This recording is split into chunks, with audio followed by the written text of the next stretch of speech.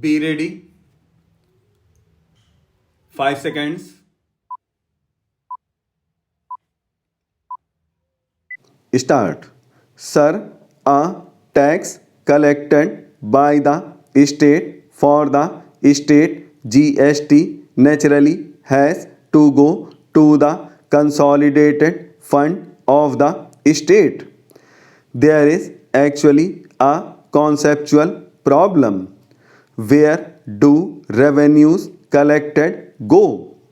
What is the mechanism whereby the distribution is done immediately so that the revenue can be collected and somebody sits on it?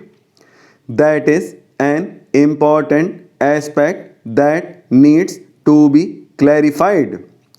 So that is what I would like that the Honorable Finance Minister to reconsider the amendment number 3 that he has moved. Secondly, that is an important point. You collect revenue. What is the mechanism and what is the time frame within which it is shared between the states and the center? If you do not have that clarity, then how can you collect revenue which does not go into the consolidated fund? That is not permissible under our constitution. That cannot remain in vacuum hanging somewhere that amount. Therefore, this is a serious lacuna according to me that needs to be addressed. Then there is another amendment number 4 that has been moved by the Honorable Finance Minister.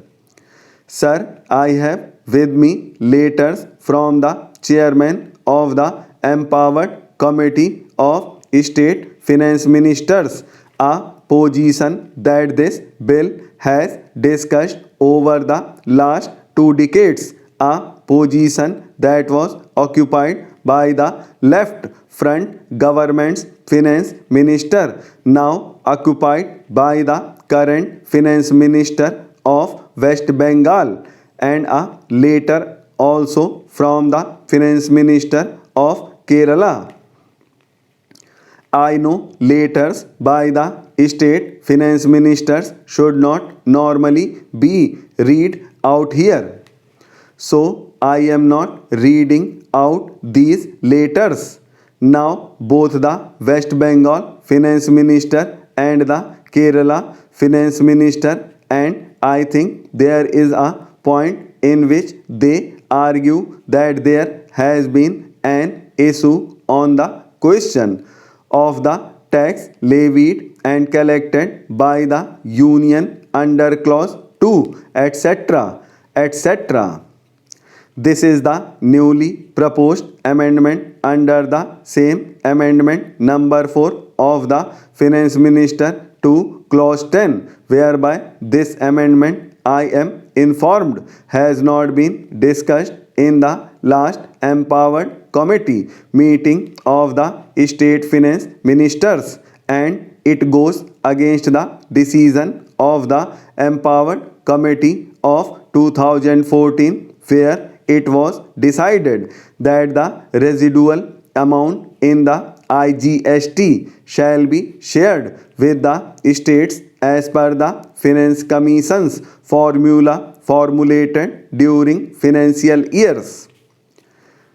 Therefore, both the states, the chairman of the empowered committee, have suggested that this be deleted and let clause 10 remain what it was as the Lok Sabha passed it. That needs serious consideration, and I would like the Honorable Finance Minister to respond to that when he sums up this discussion. The fourth major point is on the dispute resolution mechanism. Right now, it appears that it is left to the GST Council. They will work out a mechanism. I think a greater thought must be given to that. That mechanism must be spelled out more concretely and in a tangible form at the time when the GST bill is brought for consideration. I am requesting the Finance Minister to do so. Finally, sir, I will end with only one point. This is a very, very serious piece of legislation. We are making a very major radical departure from the revenues collected by the states and the central governments for their functioning. We are making a very major departure from the objectives for which these revenues are collected and how they will be spent. This is of such a major importance that not only the GST bill should come back for consideration but also all connected with the GST bill must be brought here also for our deliberations.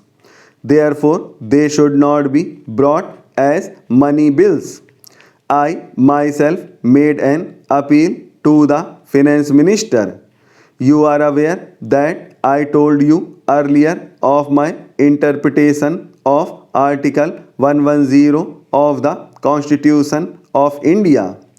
It is a non-legal, non-lawyer, common sense interpretation. Article 110 within bracket 1 says what are the items that constitute a money bill. Article 110 within bracket 2 says what are the items that do not constitute a money bill. Article 110 within bracket 3 states that in the case of a dispute, the decision of the Speaker of Lok Sabha will be final.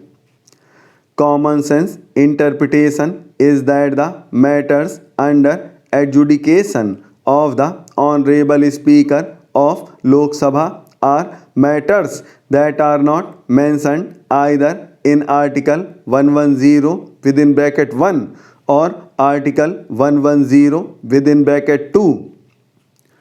Only then Article 110 within bracket 3 should come into operation. But now what is happening?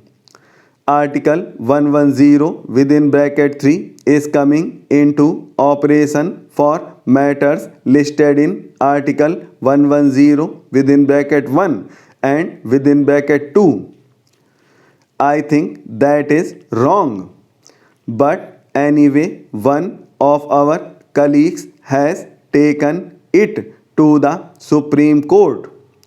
Let us wait for the verdict. In that spirit, I had even said this once before.